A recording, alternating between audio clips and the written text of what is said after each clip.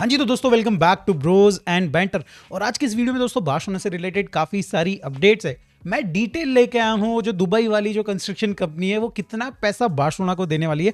Detail video में आगे share करूंगा मैं। हम लोग यहाँ पे बात करने वाले हैं हमजा, ऑइंस्टीन और यहाँ पे पेट्रिशियो, ये कब ज्वाइन करेंगे बार्सिलोना, कब आएगी ऑफिशियल स्टेटमेंट। दोस्तों ये सारी चीजें हम डिस्कस करेंगे और आगे हम लोग बात करने वाले हैं न्यू कासल। यहाँ पे गुई फर्नांडेज के लिए भाई एकदम बिल्कुल पागल हो रखी है, बहुत ज्यादा पुश कर रही है बार्सिलोना को।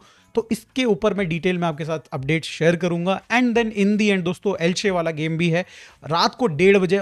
भाई ये कब सुधरेगी लालिगा भाई। हम लोगों को एकदम बिल्कुल लुल्लू बना दिया भाई। उल्लू तो छोड़ो, लुल्लू बन गए हम तो भाई। 1:30 बजे रात को मैच है, तो इसके ऊपर एक तरीके का प्रीव्यू मैं करने वाला हूं, तो दोस्तों उसको जरूर देखिएगा। स्टार्ट करते हैं सबसे पहले दुबई वाली जो डील है उसके साथ। देखो कल मैंने शेयर किया था कि भाई यहाँ पे जो दुबई बेस्ड एक कंस्ट्रक्शन कंपनी है वो एक अपना रेजिडेंशियल कॉम्प्लेक्स बना रही है जहां पे वो बारसा का नाम ब्रांड यूज करना चाहते हैं।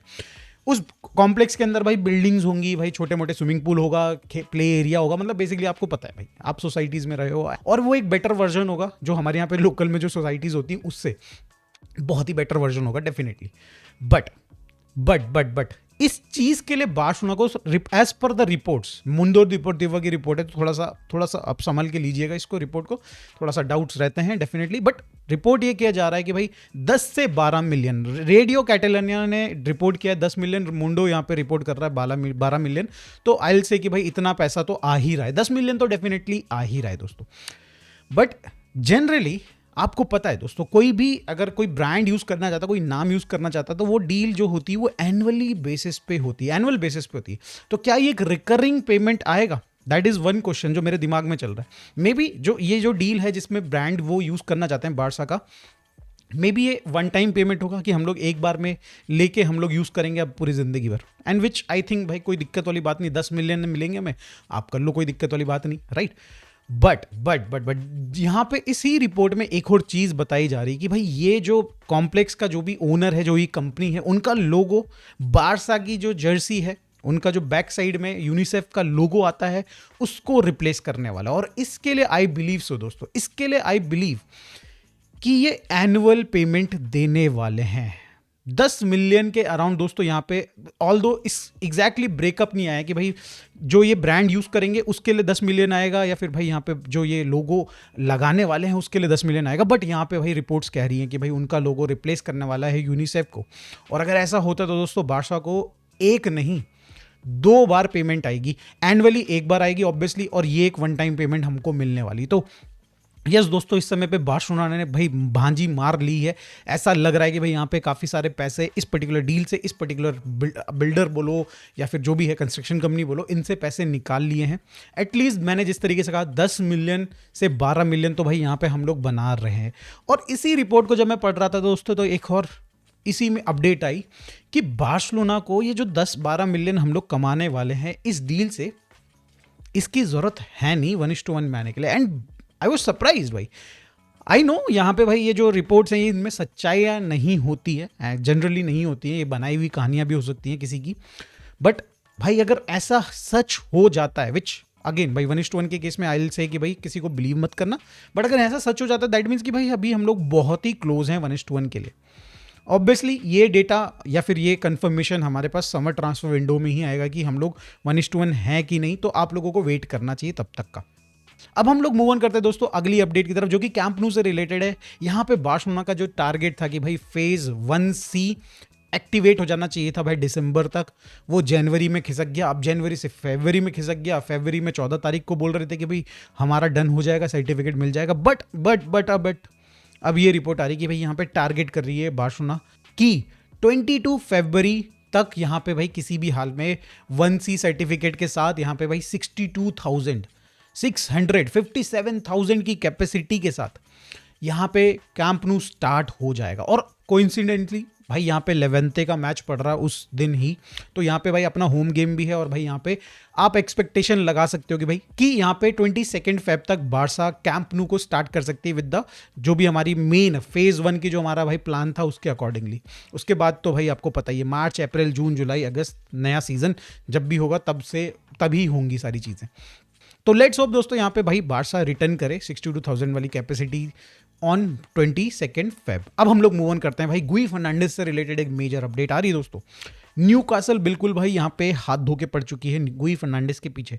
वो चाहते हैं कि भाई यहाँ पे विंटर्स में साइन करें गुई फर्नांडिस को, अगर भाई नहीं हो पा रहा तो भाई समर्स में तो जाना ही जाना है भाई। उनको लगता है कि भाई ही इज अ टैलेंट जो कि भाई जिसकी सीलिंग बहुत हाई है, पोटेंशियल है उसके अंदर, एंड दे वांट हिम किसी भी हाल में दोस्तों। ये एग्जैक्टली रिपोर्ट्स यही है।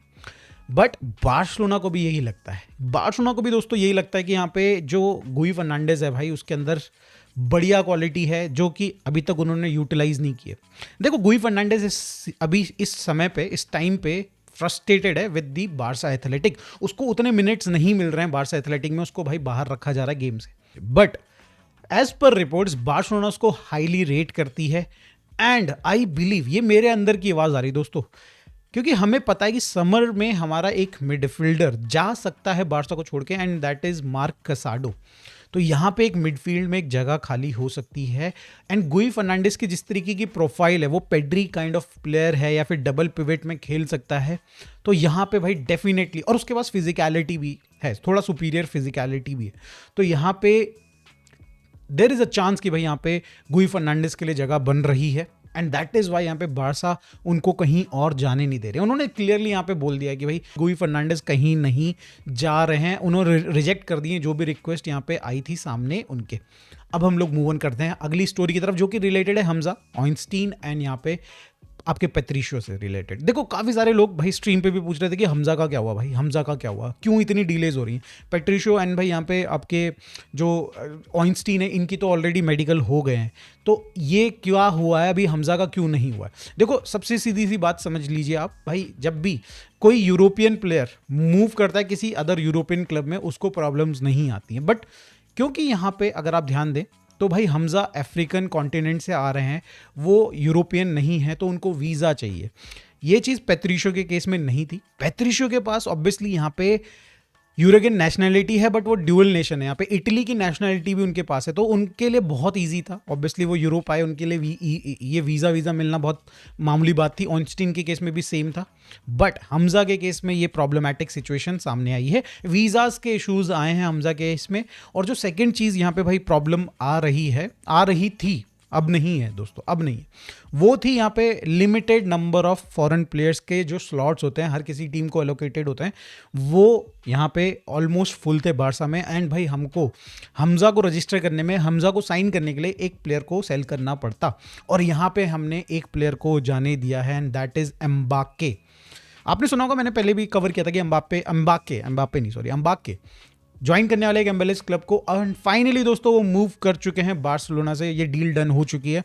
एंड इसी के जैसे ही डन हुए दोस्तों आपके पास पॉजिटिव रिपोर्ट्स आनी शुरू हो गई। ऑलरेडी फेब्रिजियो ने रिपोर्ट कर दिया, हियर वी गो आ चुका है उसका सैटरडे को, हमजा का सैटरडे को दोस्तों यहाँ पे आपका मेडिकल टेस्ट है, और भाई वो मेडिकल देगा, एंड देन कहीं ना कहीं अनाउंसमेंट आ जाएगी। बिकॉज भाई बारसा एथलेटिक की ये साइनिंग्स हैं तो इतनी ज़्यादा हाइप नहीं बनती है।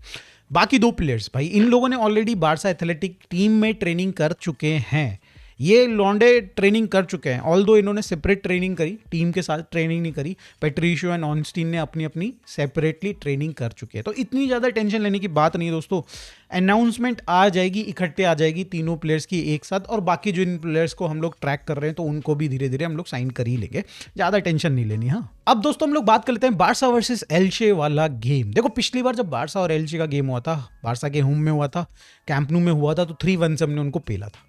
एट दैट टाइम भाई एल्चे वॉज इन गुड फॉर्म, भाई अच्छा फॉर्म में थी वो, बट राइट नाउ उनकी कंडीशन थोड़ी सी टाइट है, भाई। यहाँ पे 9 गेम्स खेल चुके हैं, उस गेम के बाद से वो लोग 2 गेम वो जीते हैं, 4 ड्रॉ खेले उन्होंने, और 3 यहाँ पे उन्होंने लॉस खाए। तो फॉर्म यहाँ पे अगर आप बात करें तो भाई बहुत अच्छा नहीं है, बट आई विल से कि भाई डिसेंट वो टीम है।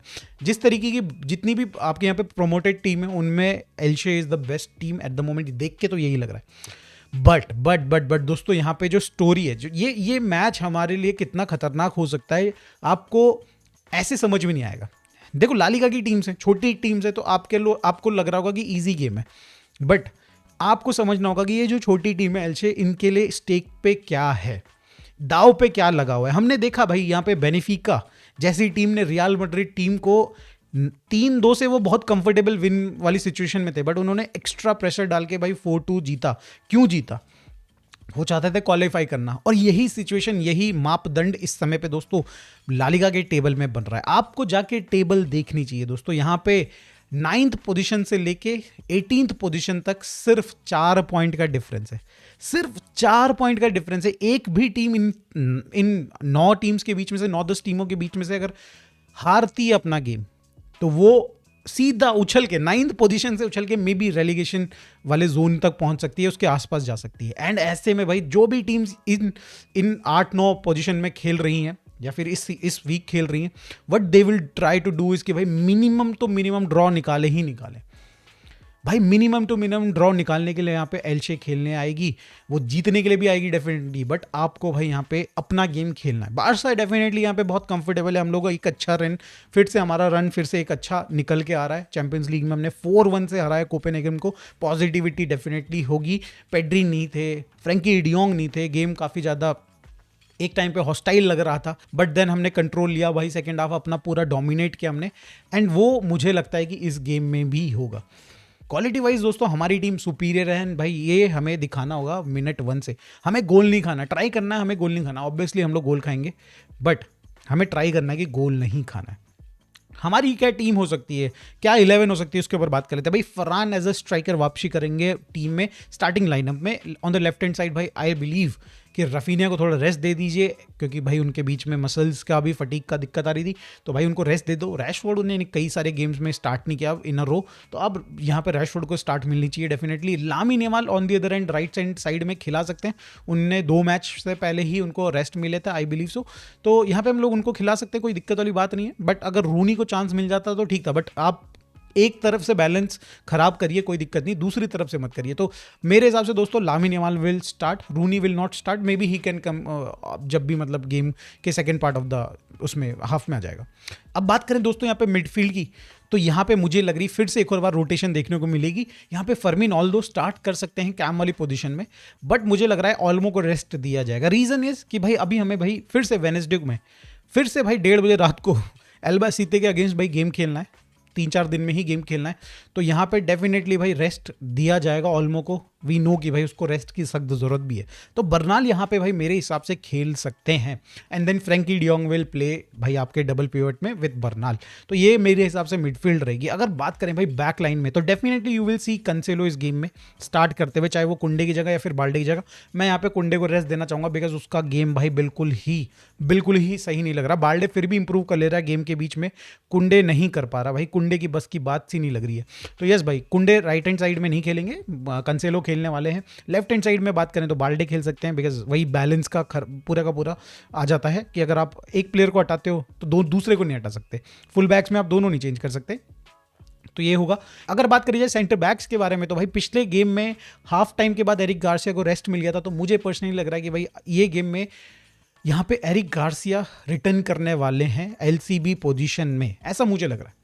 एंड सरप्राइजिंगली दोस्तों this will be the game जहां पे Araujo will be back as a right centre back, मेरे हिसाब से दोस्तों, मेरे हिसाब से ऐसा मुझे फीलिंग सी आ रही दोस्तों। तो दोस्तों ये तो रही मेरी 11 जो स्टार्ट कर सकती है। आप लोगों के अगर कोई चेंजेस हैं तो प्लीज बताइएगा जरूर। मेरी एक्सपेक्टेशन, मेरी स्कोर लाइन की एक्सपेक्टेशन होगी 3-1 बार्सिलोना विन। यहाँ पे अगेन बहुत ही कंजर्वेटिव विन की तरफ मैं जा रहा हूँ, बट बिकॉज भाई यहाँ पे हमारा मैच है वेडनेसडे को, तो हम लोग टारगेट करेंगे कि भाई फर्स्ट हाफ में जो खत्म हो जाए, उसके बाद आप देखेंगे कि भाई उतनी एनर्जी आप हमारी टीम लगाते हुए नजर नहीं आएगी।